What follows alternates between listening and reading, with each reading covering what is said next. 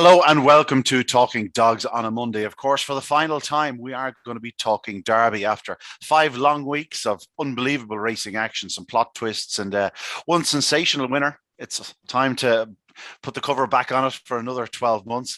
Tommy Lyons is joining me, the Exile Dub. Sarah Kinsella is joining me. I'm almost a little bit deflated to say that it's actually over, Sarah. It's been a remarkable 5 weeks. It has. It's been a wonderful journey and definitely feeling the deflated buzz. All right. I always get really sad after the Derby because we've all been pushing ourselves for kind of more than the 5-week journey because you're doing the launch and you're doing the draw and you're building up to it. So you could say you're probably going for about 8 to 10 weeks of Derby action. And now it's all over and you're like, what am I going to do with myself? So yeah, it's definitely a deflating buzz. I don't know about Sarah, Tommy, but I've been pushing myself for about 40 weeks. What about you, Tommy? It's been 40 weeks, more like 40 weeks is right. Yeah, it's been an unbelievable Derby, Tommy. We'll get to the winner in a moment, but from start to finish, it really did deliver. It did, Ian, and like we were a small bit concerned that we had a semi-final that might overshadow the Derby final, and it didn't in any way, you know. And I think I'm not deflated at the end of the Derby because we had a Derby final that was worthy of any year, a performance that was not just a performance, but the overall career of Susie Sapphire culminating in this success is just remarkable. I mean, every Derby will come to an end, but at the end of every Derby, you won't feel like you do about a Derby as you do about this one. This was extra special. Yeah, she certainly is a very, very special lady. Let's get down to it. The Derby itself, Susie Sapphire became the second youngest Derby winner of all time, the fastest Derby winner, and the first bitch to win the Oaks and Derby, first female winner since 1999, the first winner to go unbeaten since 2009. It's a lot of history being created, Tommy. She really is something special. Yeah, I think I said in the report something along the lines of that she basically showed the boys what it is to have early pace and to be able to use it every week without mistake. You know, it's okay to have it and to be able to produce big runs now and then, but be able to do it. I mean, old McKenna must have looked at the semi-finals and went, "Oh my God, I doubted her in the semi-finals." And once she got over that hurdle, I thought, "Well, that's it. She's going to go and win a Derby now." I mean, to produce week in, week out what she was able to produce against a really high standard. I mean, we had a 29.10 and a 29.0, was it 06, was it from Ballymac area? 9.07, yeah. Or 7. Like phenomenal runs and a real depth of quality. Fortunately enough, Ian, that all this rubbish that we've been talking for the last year or so about the bitches kind of came to fruition to some degree. We didn't make complete fools of ourselves for a change. So, I mean, for them to finish first and second and for them to be bitches of the quality they are. I mean, Susie Sapphire winning Puppy Oaks and Derby. Sing Along Sally being the winner of the Juvenile Classic, finalist in the Kirby, and then a runner-up in the Derby. Like, I mean, she's going to get left in the shadow a small bit over this. But she's a brilliant bitch. And in fairness, the training performance for her was as good as anything in the Derby, as you know, almost equal of Susie Sapphire, because she skirted with kind of going out of the competition on a few occasions. But like you said, you did point out when we kind of made the statement that she was kind of the weakest of the bitches that were left in the Derby on what they produced so far in the competition. You did point out early enough that Pat Buckley had said that she was coming out of the season, she was just strengthening up, and look what she did. She produced her best run in the final. I mean, she couldn't have done any more, really and truly. In fact, there was even a second. I think I even heard in your commentary. Yeah, just off the last bend for that little moment, you're going, oh, hang on a second here. Yeah. You were teeing up Susie Sapphire in this big finish, and all of a sudden you're going, well, Sing Along Sally is just finishing quite well now.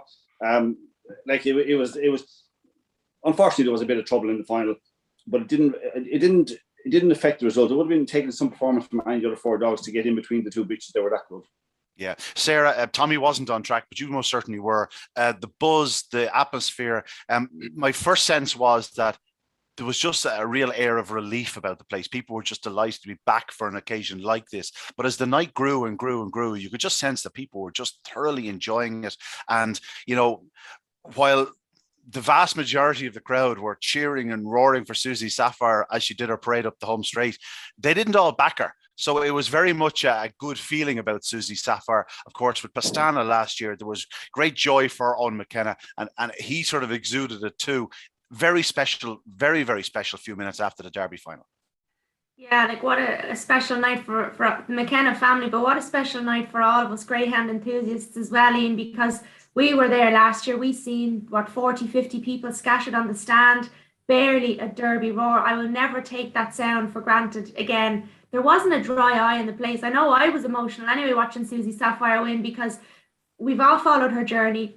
As the stats you mentioned there earlier on, the Puppy Derby, the Oaks, the fact that she went 2009, a dog hasn't gone unbeaten since then. The Bitch 1999 hasn't won since then. Owen McKenna, what happened to him last year with Pastana. There was so much emotion attached to her success, and the way that he celebrated. I don't think we've ever seen Owen that animated either. You know, my father said it to me. He's like, I know that chap my whole life. He says, from a young lad, he says, I've never seen him like that. It was absolutely wonderful.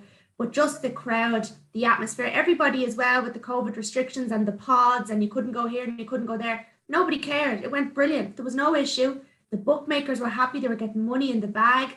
I know Damien said they were giving out a fair bit too. They probably were, but that's the way it goes. I know Damien Lonigan said when we were interviewed afterwards on RPG TV that Susie Sapphire was a bad result for us on the day book, but overall in the outright, of course, we got Explosive Boy bet. So look, Damien can keep his job, but just a wonderful result, brilliant for the McKenna family, a magical night for the greyhound enthusiasts, and long may it continue. I hope we never ever have to go back to what we had to endure last year. Yeah, absolutely. Tommy, from where you were watching it, it must have come across as a fairly boisterous occasion. Yeah, it definitely did. It was good to hear the roar. It wasn't maybe as vocal as you hear when it's completely packed, but it was good. And the beauty of it was that it didn't affect Susie Sapphire. You know, it's hard to say. I certainly wouldn't think that it affected Explosive Boy. He just kind of missed it slightly anyway. But it was, you know, what Sarah said about Owen McKenna it was funny almost to see him almost dancing down the straight after the Derby final. It's just out of character, which is great, because I mean that you kind of should get run away with the emotion of winning a Derby. It is huge, and he did say one line I really liked about what he said after was that, you know, we know what she's done. You know, we know what she's done for us. She's just an absolutely she's a bitch for the ages. She really is. It's as good a performance as I can remember over the course of a year. It's as good as I can remember in my lifetime. And I'm obviously when I'm very young, maybe I'm forgetting a couple of things, but like to do what she's done, to come from where she's come, you know, basically starting off her career at the start of the year and going through an Oaks, a Puppy Oaks and a Derby. It's just it's almost unthinkable. We nearly had it a few years ago. I think Drewby's Twirl. She got knocked out in the semi-final of the Derby. I think she won the Puppy Oaks and the Oaks for Johnny Linehan. She was a little bit unlucky in the Derby semi-final. She wouldn't have had the early pace of Susie Sapphire, but to complete what Susie Sapphire did and to do it with such swagger and such style in the final, it was just joyous to watch. So. Yeah, getting back to her run through the competition, I'm just going to call you out these: 333, 340, 338, 341, 341, 338. Her corner splits for each and every one of those 6 runs is 1-1-1-1. She won by 6 lengths, 3 lengths, 7 lengths ahead, and 3 lengths. Her comments: very quick away, Drew Clear. Quick away, Drew Clear. Quick away, always led. Fast away, always led. Fast away, always led. Vic, very quick away, always led. From my own sort of little bit of OCD, I would have loved fast away, always led for all 6. That would have been just lovely for me. But listen, yeah. I'm sure Owen McKenna and Peter Comerford will most certainly take very quick away, always led. It was, I suppose, at the time, sort of the first 3 or 4 rounds, you're sort of going, yeah, she's running well, isn't she? Like, she could be able to play a part in the Derby. But as it went closer and closer to it, and as each test got tougher and tougher, in particular that semi-final, it just seems like, you know, we were expecting fireworks and all of those occasions. She made it just look so straightforward. Fast away, always led. That's, you know, like hopefully 10 years from now, 12 years from now, you can write that on her gravestone. You know, fast away, always led. Susie Sapphire, Derby champion 2021. She was just, there's such simplicity to it. It's like good cooking. It's simple. You know, there's no overcomplication with it. Fast away, always led. I took a screenshot yesterday when I was watching back in the Derby, and I took a screenshot just as they passed me, where I commentate from, is right directly behind the camera. Oh. It's the second winning line at Shelbourne Park. And it's literally like that picture of Maradona when he's soloing with the ball, and you can see like 7 players around him trying to get at him, and they're sort of almost guessing his move. Well, the screenshot is literally Susie Sapphire first, the remainder all in a battle for second spot, 3 lengths behind her. You know, you got to remember that's 75 yards into the contest. It was over from early, Tommy. You saw the screenshot. I think it tells a tale. Oh, it does. It was actually very good because I spotted it last night. It's just that's her quality of early pace. That's what Derby winning the early pace should look like. It was phenomenal. I mean, Sing Along Sally had her best break. I think All About Ted broke perfectly well. Took a little jink to the right as he came out of the trap, but just couldn't accelerate. Jack's Little Thing probably broke as well as he did normally. He actually ran very well to get around third. You know, when you consider his explosive boy, Carrigain North. Now, Carrigain North is completely unbalanced by Sing Along Sally at the bend, who inexplicably seemed to take a little even right step from traps, which is just unheard of. She just seemed to know it was Susie Sapphire's night. I'm not going to ruin it. She moved off the opening corner, hit Carrigain North, who lost his footing, banged into explosive boy.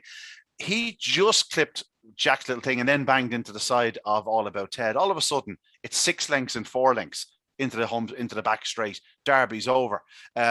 But Jack's Little Thing, I thought he ran a remarkable race to even get around third. Yeah, and Carrigain North actually broke maybe second or very close with Susie Sapphire. I mean, you'd certainly be encouraged if you saw the buggies with a greyhound in the final next year or in a couple of years' time again. They've been hitting the crossbar a bit in terms of getting to finals. They had a dog in the final the other night, and while things didn't work out, you'd be very encouraged that they know how to map a long stake with a dog, that it can produce its best as it's come. It finished last, but you know what? Actually, that does only tells a very small part of the story with Carrigain North. You know, to get him out as quick as he ever came out of the traps. You know, in the Derby final, to give him the best chance he had. He just wasn't good enough. But if they came to a Derby final with a dog that was good enough, I wouldn't be thinking, do you know what? They're a bit inexperienced. They're not going to win a Derby. I'd be thinking to myself, do you know what? This crowd know what they're doing. Yeah, they sure do. Sarah, from a perspective of the 5 remaining sets of connections, there would be disappointment, but there'll be no what if. There'll be no, oh God, we were so unlucky. It was a case of, we know that Susie Sapphire is faster than any of ours to the corner. She does 3:38. She does 16:88 to the third bend. She wins in 29:18. As you pointed out before the conversation, the fastest Derby winner of all time. At a full 10 spots faster than Ballyan Stim. On the night, there was nothing going to beat her. So you dust yourself down and go, we reached the Derby final. We're delighted with ourselves. I know there's still disappointment there, but you know, I'm not saying you can't feel for the remaining connections, but you can understand how they're not going out feeling they were hard done by. No, of course not. And it's actually a good point. I was talking to Rose Buggy afterwards because, of course, Catch Me If You Can ran a phenomenal race to win, and it was a lovely consolation prize. That's a film. Catch Me Flying. Or Catch Me Flying, if I should say. Catch Me If You Can. See, the coffee hasn't hit me yet. She's Leonardo DiCaprio on the brain. Exactly, yeah. Look, he ran a tremendous race, and I was chatting to Rose Buggy on the podium afterwards, and she was like, you know what, this is a lovely consolation prize, she says, but like, we are thrilled. We got there. Thomas done a marvellous job to get him that far. Absolutely tremendous winner. I mean, that's what she said to me. She says, what a bitch. You know, we can't take anything away from her. To be in a final against her is just enough. You know, and look, that's going to go down on all of the history books that we were in the final against Susie Sapphire. Like, what she has achieved is just tremendous. The fastest Derby we've ever seen, coming out of a lockdown. She gave us all what we needed. She's just, it's not just a Derby win, it's the best Derby win, honest to God. And we're all been talking about a bitch winning the Derby for weeks now. Every week I came on here, every blog I wrote, every Irish Daily Star column I wrote, I said a bitch was going to win the Derby. It was between the top 2. I tipped Sing Along Sally at the start at 66-1. I was thrilled that she was in the final. But when I seen the draw, as soon as I pulled out Susie Sapphire on that podium after semi-finals, I said, that's our Derby winner. Everyone had so much confidence in her because she had the perfect draw. She was with the perfect trainer. They had a great relationship. Look, the connections cannot feel hard done by. She was just the best bitch on the night, the best bitch of the year, the best bitch of the century, and they'll just be delighted that they were even there, and they'll be telling their grandkids for years to come, showing them all that race. And you shouldn't be able to win a Derby that easy, realistically. She blew them out of the water. There was no question about it. And all the analysis we sit down and all the stats we run by, and what if Jack's Little Thing does this? What if All About Ted does this? Didn't matter. It didn't really matter because she was just out and gone. See yous later.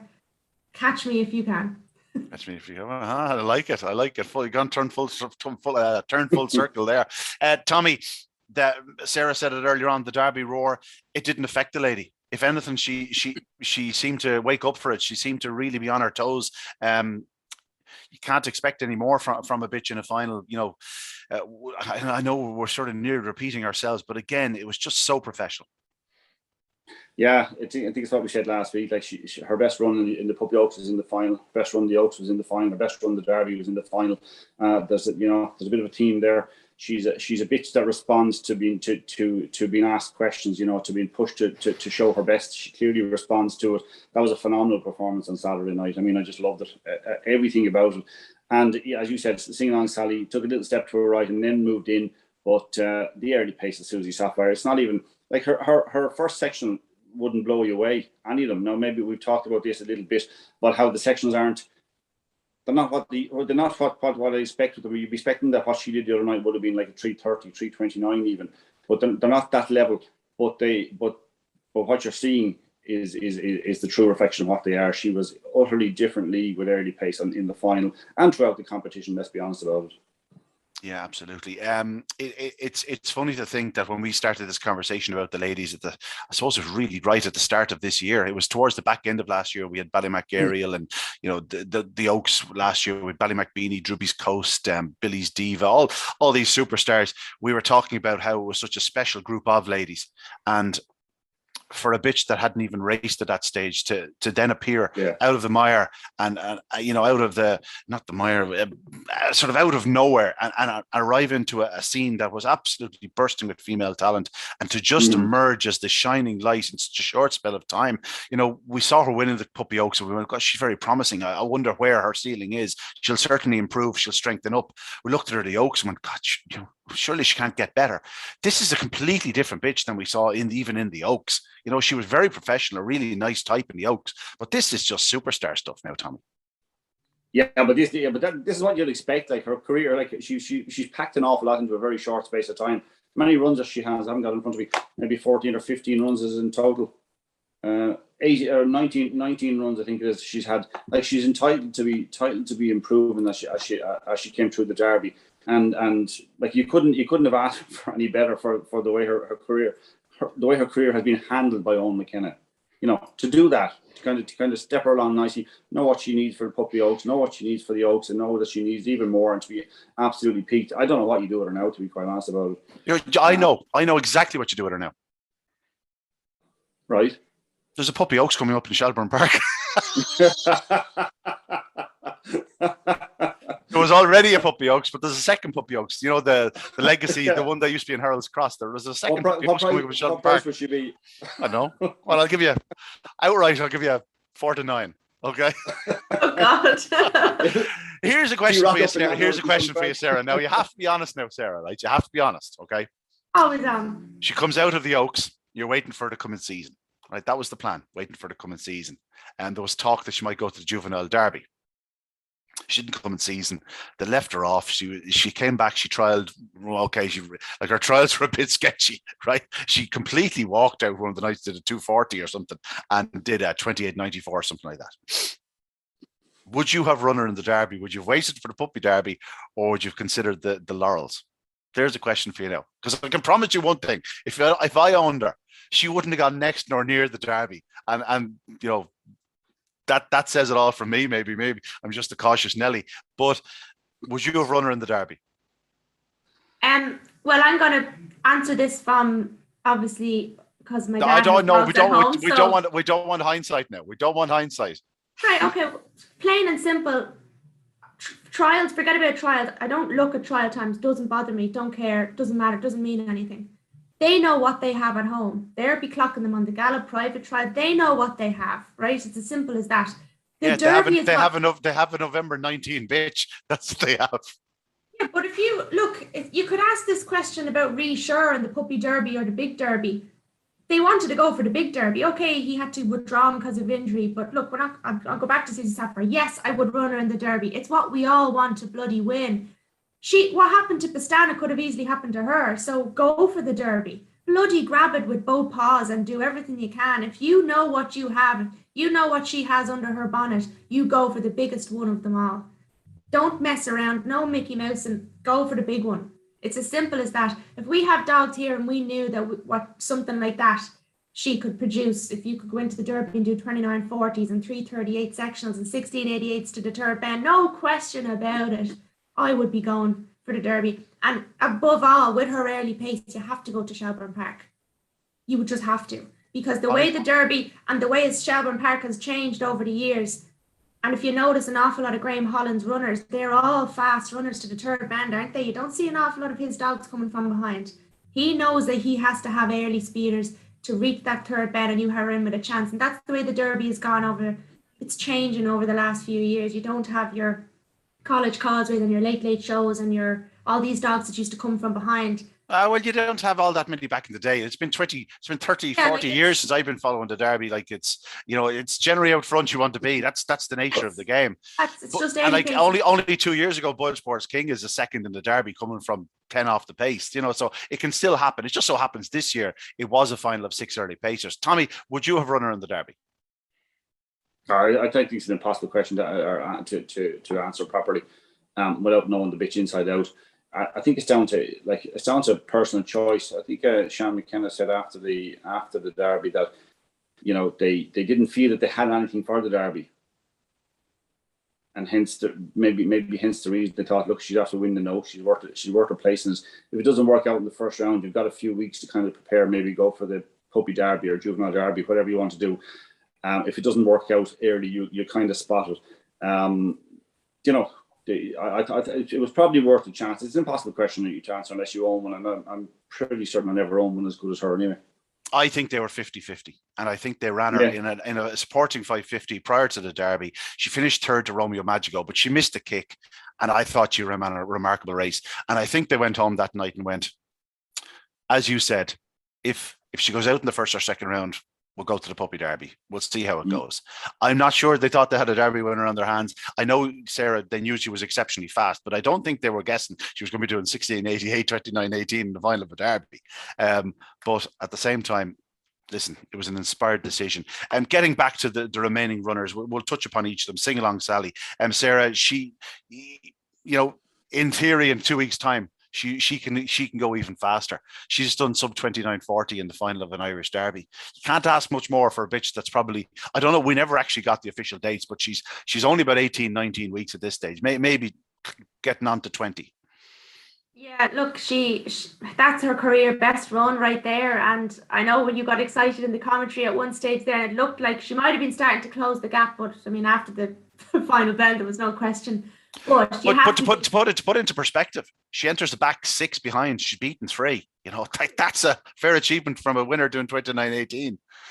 And it is, like, and we all know Susie Sapphire just gets the trip, doesn't she? Really, like, and Sing Along Sally, I think she does stay better than if you put the two of them together off the last bend. I think Sing Along Sally would pick her up if they were both at the same stage coming off the last bend, but. Look, what a terrific training performance from Pat Buckley, because as we've mentioned earlier on, the fact that she came into this Derby, she had a massive uphill task ahead of her. Do you know, and Pat Buckley had a nice little team going in there with Dearjet Sydney and Knocknabel Sid and the whole shebang. I'd say if you asked him at the start who he thought would make the final, he probably wouldn't have said Sing Along Sally. Let's be honest about it. Like, you know, the fact that she came in, she was drying up. She was after being in season. She got fitter as the weeks went by. I think she only won one heat of the Derby. So it goes to show you don't need to be winning week in, week out to reach the final. So look, it's just, there's an awful lot to take away from that. And the fact that you can breed from her, and it's just, she ran an absolute cracker. And she was in unique in her own right, because all the other runners are black, aren't they? So she was standing out with her black and white. She's just a fabulous bitch. Every week I got pictures with her and Emma. I love their relationship. She just ran an absolute stormer, and the fact that we waited so long and then we had a first and second, there's just, do you know what? I think the ladies have made greyhound racing sexy again. I really do. Greyhound racing. They're bringing sexy back. Is that what you're saying? I'm telling you, greyhound racing is sexy again, Ian. And the sooner it gets back on television, the better. Whether it's TG Caharorty, Virgin Media, I don't give a flying hoot. But it has to get back on television, because greyhound racing is sexy again, and we've all done an incredible job to get it back to that level. But the dogs themselves, these dogs, these bitches, they've saved us. They really have. I'm not sure if we've all done a great job, but listen, it's about the dogs at this stage. Tommy, sing along, Sally, anything to add there before we move on to Carrigain? No, because I said what I said about her. I think as a training performance, it was quite brilliant. And she, like a bit like Susie Sapphire, she was peaked to produce her best in the final. Just go back to Susie Sapphire for a second. And this is kind of remarkable. She trialled on the 23rd of July. She trialled the 30th of July. She ran on the 7th of August. And then she did 6 rounds of the Derby. And she broke 29.75 for 7 weeks in a row. And she did 29.50 or less 5 times in a row, culminating in a 29.18 in the Derby final. That is out of this world. Yeah, it's unbelievable. I actually got a video this morning from Owen McKenna of Susie Sapphire and Spinosaurus on the walker. And I think that was this morning, or it was yesterday evening or something. And she's on the left. She's obviously smaller than Spinosaurus. And you can see the tail going at 100 miles an hour, and she's almost smiling to the camera. She looks like she's ready to go again. Owen's touched on it the other night in one of his interviews. He said that this lady she just relishes it. She just loves it, and you could see her dragging herself out onto the track prior to the Derby. She's just one of those special performers that really just loves what she does. And November 19, it truly is scary, but a wonderful, wonderful bitch. Carrigain North, Tommy, you touched upon him briefly. Tommy Buggy had one job. His only hope was to get him out of traps. You know, for where he was into the opening corner, compared to what we'd seen through the previous rounds, was, you know, he was, while he didn't do his best time at the Derby and he finishes last, it probably was his best run of the Derby, if that makes sense. Yeah, well, I think it was, as I've said, in the sense that, you know, he got out better than ever, and he was in a position, if he had maybe a little bit of extra pace or whatever, he was a 40-1 chance for a reason, you know. But if I got a dog into the final of the Derby and he was able to produce, and all I was told was he'd produce his best break in the Derby final, you say, you know what, let's see what happens, you know, and that's all they could do. That's all they could do. He was a 40-1 chance. He had performed particularly well to qualify. I think we'll again, it's one of those things that get overshadowed because he wasn't fancied in the final, but he had done particularly well in the semi-final to battle on to get a position in the Derby final. So I mean, he's I don't know where to go, what to do with him, maybe the Ledger or whatever else, but and whether he actually might be the competition that might suit him, actually, to be honest about it.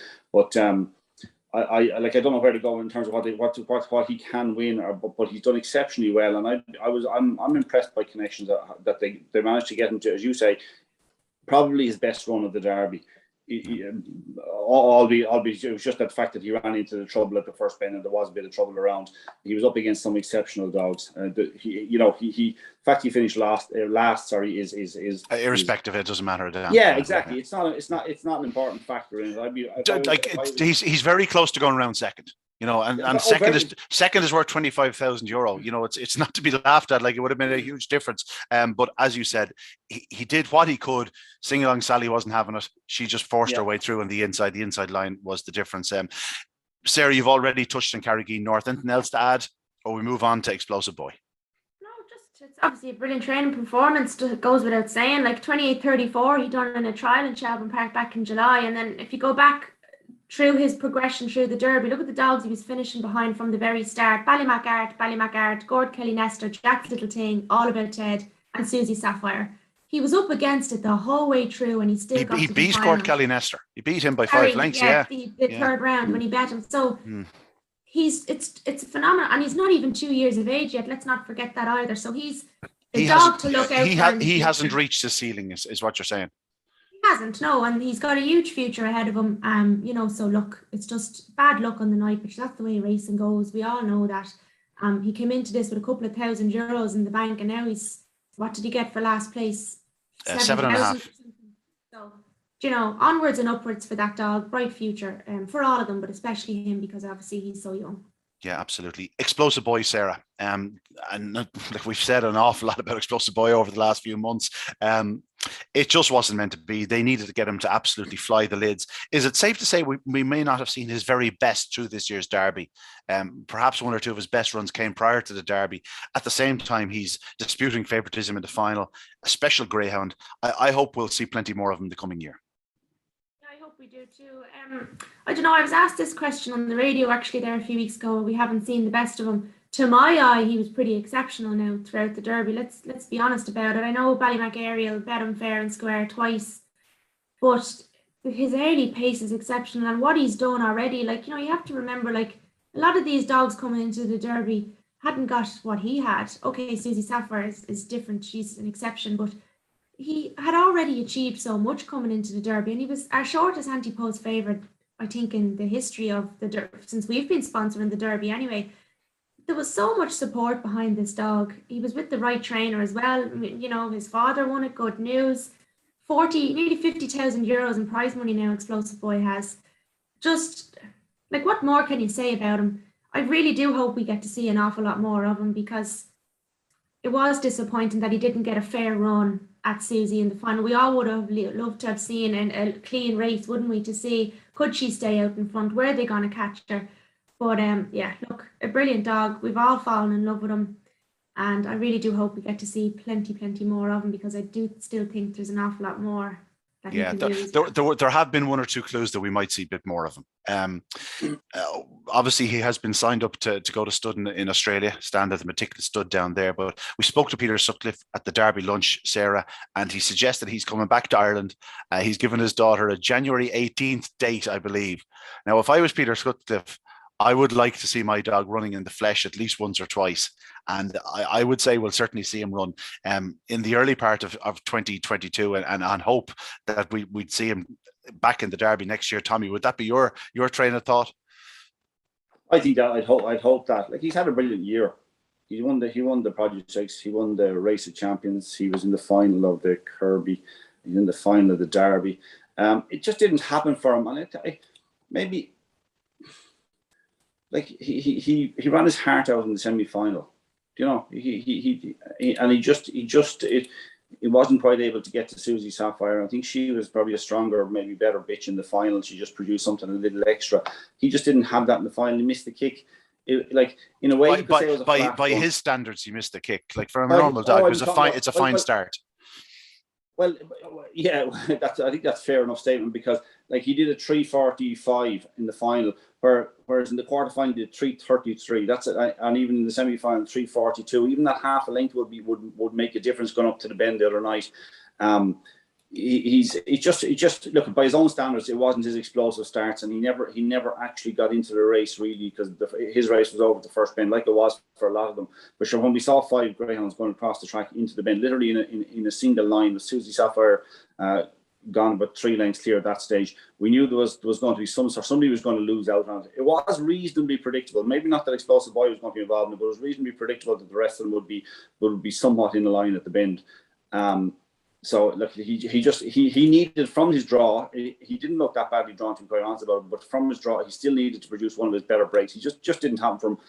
I don't think he owes anybody anything after the year he's had, and the potential that if he got, I won't say he's going to get a rest now, but if he comes back refreshed somewhat, he is a dog that you never know what he might do next year.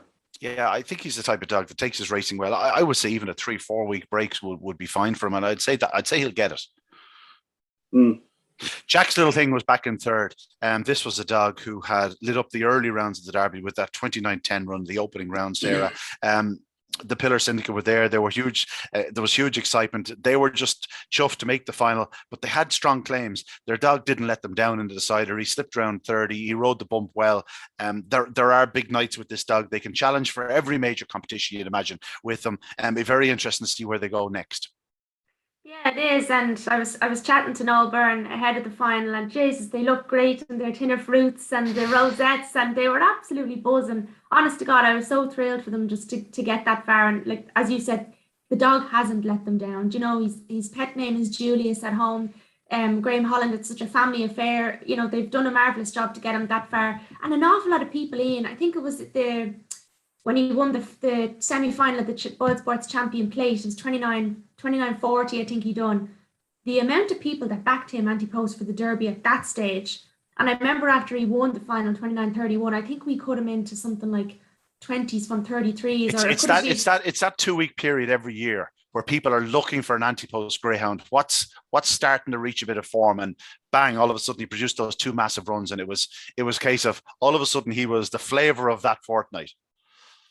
He really was. Like, and to be honest, I wouldn't have picked him for the Derby prior to that Champion Plate. And when they changed his seeding, we seen a huge change in that dog, you know, when he went from inside to middle. But look, he hasn't let them down. I don't know where he's going to go next, but I mean, I hope we see an awful lot more of him, because he's exquisite early pace, and it's going to get him plenty far in plenty competitions. And look, we've Night of Stars, you've the Laurel's Draws today, I think Dom was saying, isn't it? So I don't know if he's in it. I didn't even look. I don't think we'll see him in the I'd Laurels. imagine they give him a break, yeah. And I suspect we won't see him at the Ledger either. I think they made a decision not to run him at the Kirby this year. I could be wrong there. I believe he didn't run the Kirby this year. I'm not sure he'll run a Limerick either. Yeah, no, look, and they all deserve a break. The Derby takes a hell of a lot out of a dog. You know, you can't expect him to be running and before the Derby he was even running, so he does deserve a break. Get him fresh. We might see him Night of Stars or something like that, but look, he's got definitely a bright 2022 anyway ahead of him, and who knows, he could come back and try and get to the Derby final next year. Yeah, Tommy, he certainly he certainly produced during this Derby.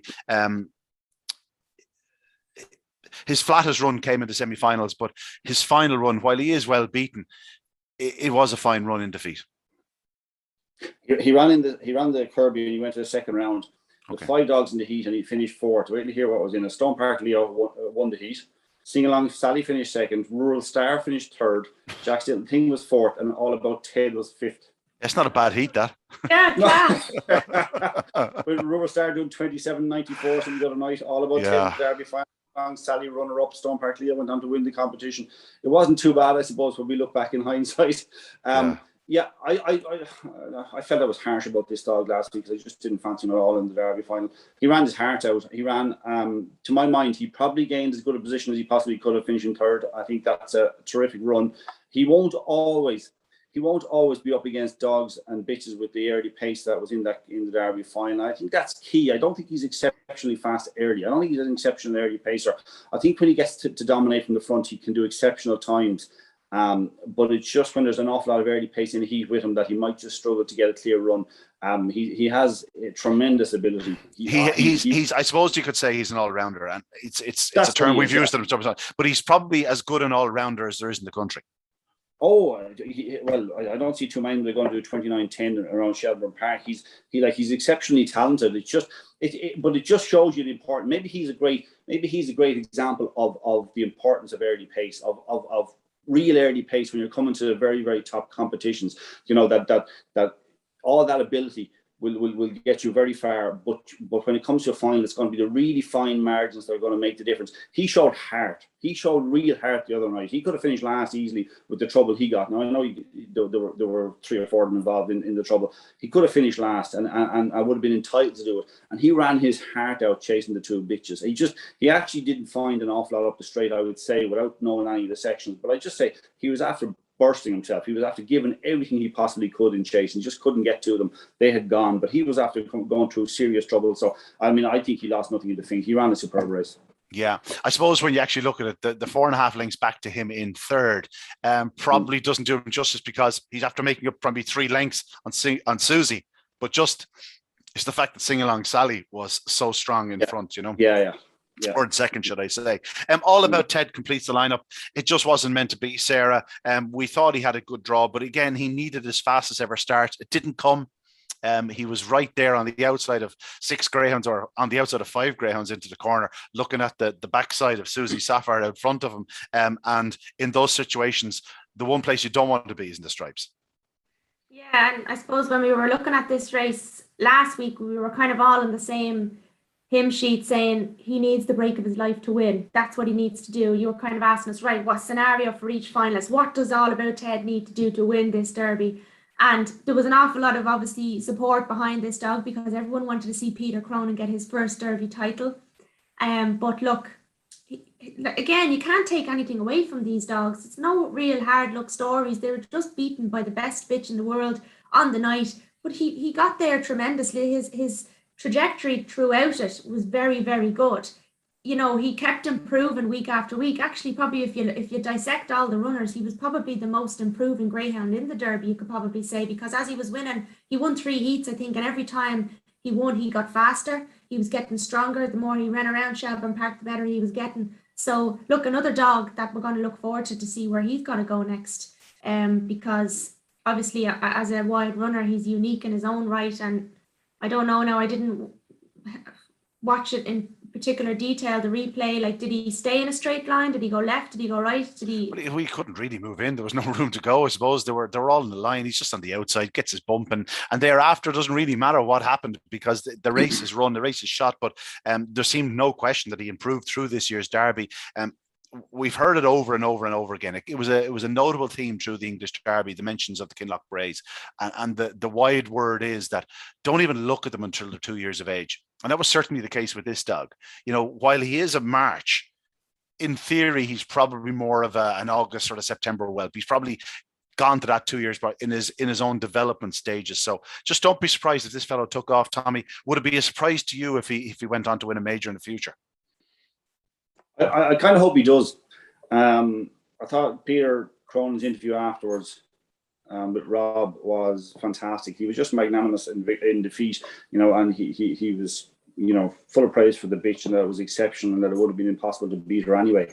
But like he kind of made the point that he was coming to his first kind of final, really, where he really felt he had a really good chance. You know, it just didn't happen. I thought the draw was tough for him. I didn't like his chances from the draw because, as we kind of suspected and talked about last week, they were going to be going to the bend pretty much together. We felt that the greyhounds on the outside would be doing that. Maybe that explosive boy might be. There was no box where you could say that's the big finisher. That'll be being behind them. This Derby was a case of it was just going to be, as you said, fine margins was the key. Yeah, you couldn't say, oh well, I can concede a couple of lengths at finding my position at the first bend and I'll still win the Derby. You wouldn't. Nothing was going to win the Derby if it had to concede a couple of lengths at the first bend.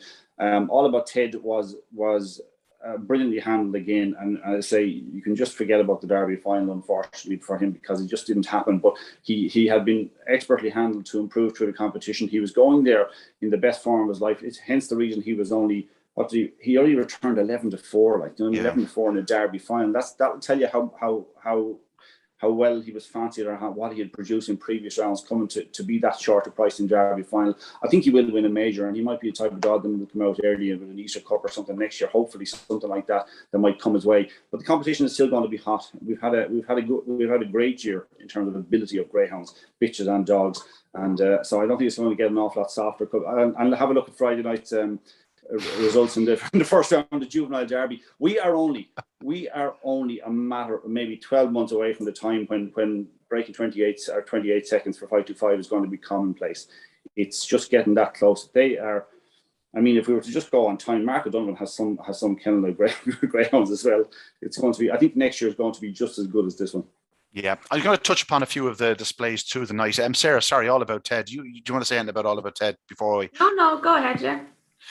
Looking through the Derby, the rest of the Derby card, listen, there were some unbelievable performances. We speak about the likes of Rural Star and Auxerre, but Sarah, a lady who could easily have had a big say in the Derby. You know, our pal Damo was beating the drum about her.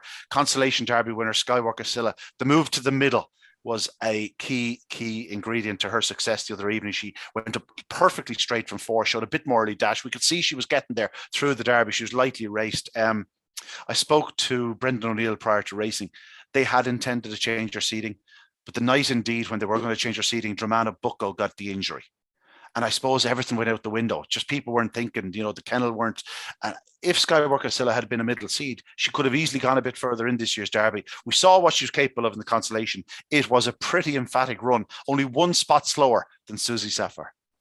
Yeah, magical, 29.19. I was over actually, I went over to the other side, to have a look at the bookmakers and see the bows and get a few pictures and stuff for social media. Couldn't believe the betting. I was like, Scooby Princess 11-8, Skywalker Scylla 2-1. I was like, somebody fancies this bit. What's going on here? Like, do you know what I mean? So I did not expect her to do that run. And I know in earlier rounds of the Derby, I was blabbing on about her being backed for best bitch, and everyone's like, Sarah, would you stop? Like, you know, she hasn't got a chance.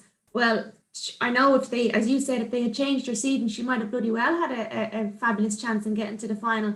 What a performance. It really blew me away. I did not expect that from her. I thought it was magical. 29.19, just a very, very, very good run, especially holding off the likes of Swords Maestro, Scooby Princess. It was a very, very hot race for her. So look, plenty to take away. And Mark O'Donovan is having fantastic year. He's got a tremendous kennel of greyhounds to look forward to. He's a very, very lucky young chap. And yeah, a beautiful performance, a lot to take away from that. I know she was backed into 33-1 from 100-1 prior to the Derby even starting. So they knew what they had with her. And I suppose a lot of people were dismissing her too easy, to be honest. But look, yeah, an excellent performance. Tommy, she's a December whelp, December 18. She has 8 starts less than Skywalker or than Susie Sapphire. She has had, I don't know if she's had problems. I think she might be, I think she might have had plenty of season. I don't know. But if she'd been in 3, she would have started favourite. I went 9-4 on top of the card, and I was sort of humming and hawing whether to tip her or not. That move to the middle was going to make a big difference for her, and the punters sort of latched onto that. Yeah, we don't get a lot right on here, Ian, so we might as well mention when we do. Yeah, we have to. You know yourself. You did say something, and I agreed with you at the time. I remember the line you said was effectively that when she went out of the Derby, we talked about obviously those that got knocked out. You said about her was that we felt that there was something there that was going to happen. She was on the brink of doing something pretty special. You know what I mean? And had she managed to get through, perhaps you might have seen us in the semi-finals of the Derby or in the final of the Derby or whatever. But that was the run. The other night was the run that we were kind of thinking that was bubbling under. That she was ready to do. She had shown exceptional pace tonight. She beat Ballymac Fair One. She had shown terrific pace in defeat behind a Lacazette, who would be a strong stayer. She had, as you said, she had been building towards something, and I think we saw it the other night. Will she? I listen. I don't know where they'll go. There's Christmas Oaks and things towards the end here. She could be a Ledger challenger, Tommy. Yeah, difficult track, middle seed. Yeah, Sarah. Where do I think she'll go next? Is it? Yeah. I honestly don't know. I mean, you'd have to try her in the Ledger, wouldn't you? I don't think she's never ran around that track, so let's probably give her a few trials and see how she goes. So it wouldn't surprise me, honestly, to see her anywhere, because when you have a talented bitch like that, you just run her, because you don't know, they could come in season at any time, or just run her.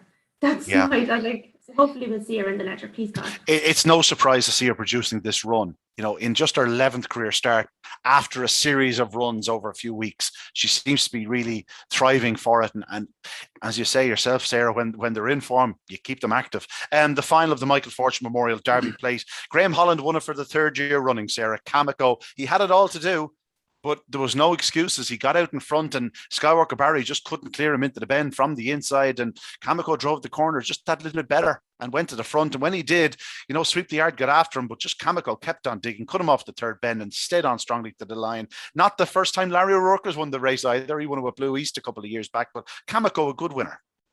Yeah, tremendous winner. And again, I know we touched on this last week as well, or I think Damien Lonigan did.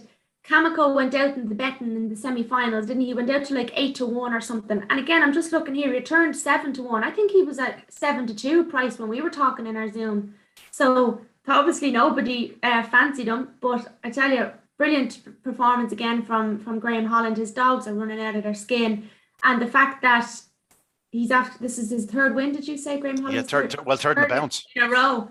Like, just magnificent. Kamiko, a cracking little dog. He got in with a bit of luck as well, Ian, because he got back into this competition as a reserve. Don't forget as well. So a lovely little luck story there. Skywalker Barry, didn't have the break of his life, and I thought he was showing lovely early pace, but he just couldn't get there. He was trying his best, and he needed to lead to win. That was as simple as that. He was 4-9 on the night.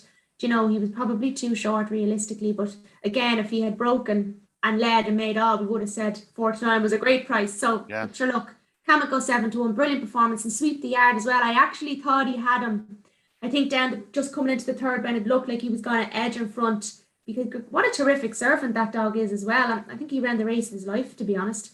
So look, can't take anything away from Kamiko.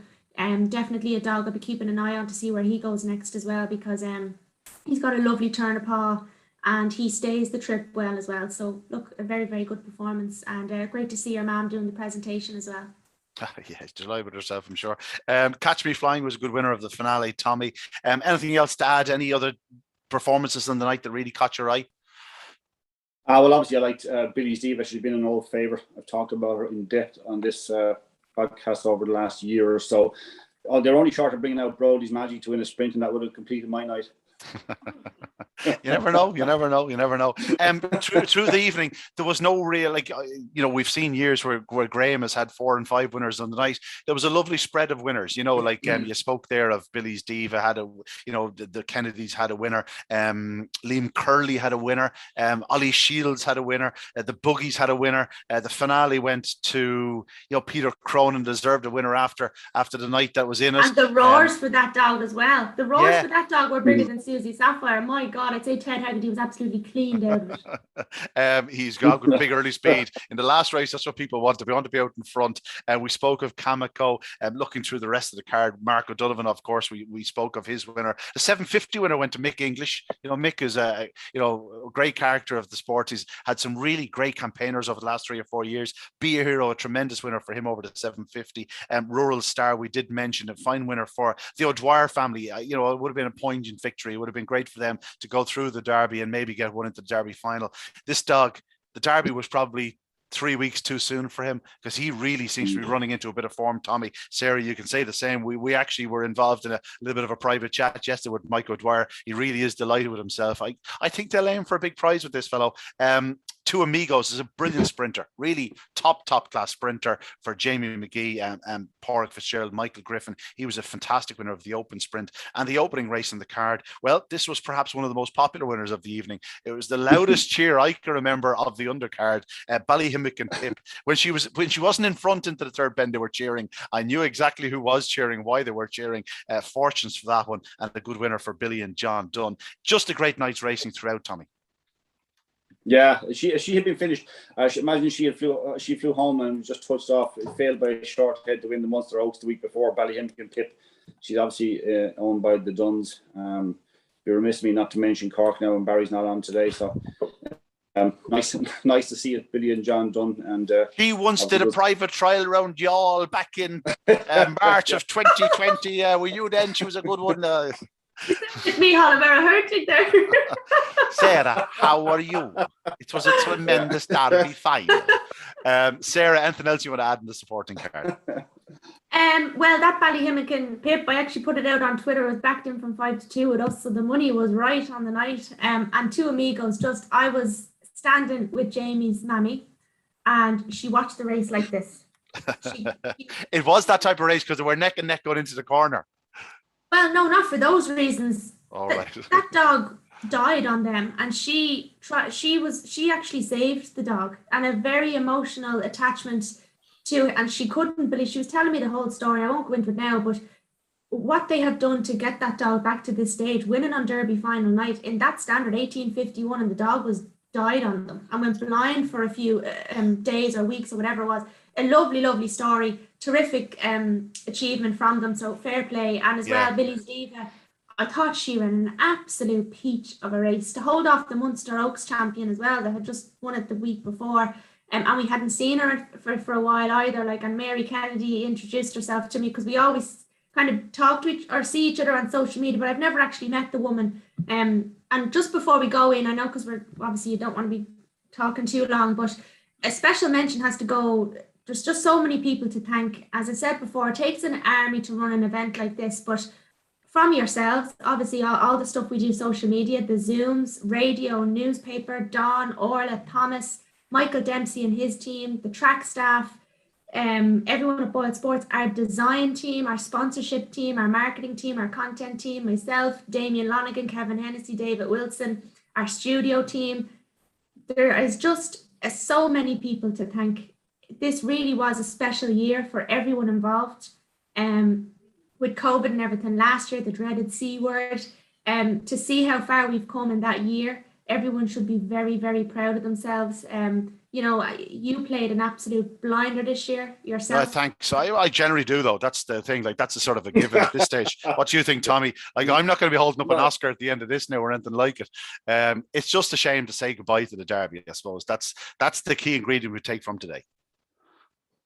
Look, it's just a shame we don't have the Oscar to present to you, Ian. That's the honest truth. I mean, that's the only thing that would cap what was a brilliant Derby final. All joking aside, it was a perfect end and to the Derby, and to a perfect highlight to the year. No matter whatever happens for the rest of the year, that was as good a highlight as you could ever wish in any year of greyhound racing. She's utterly out of this world, and we should enjoy the fact that we've seen something really special.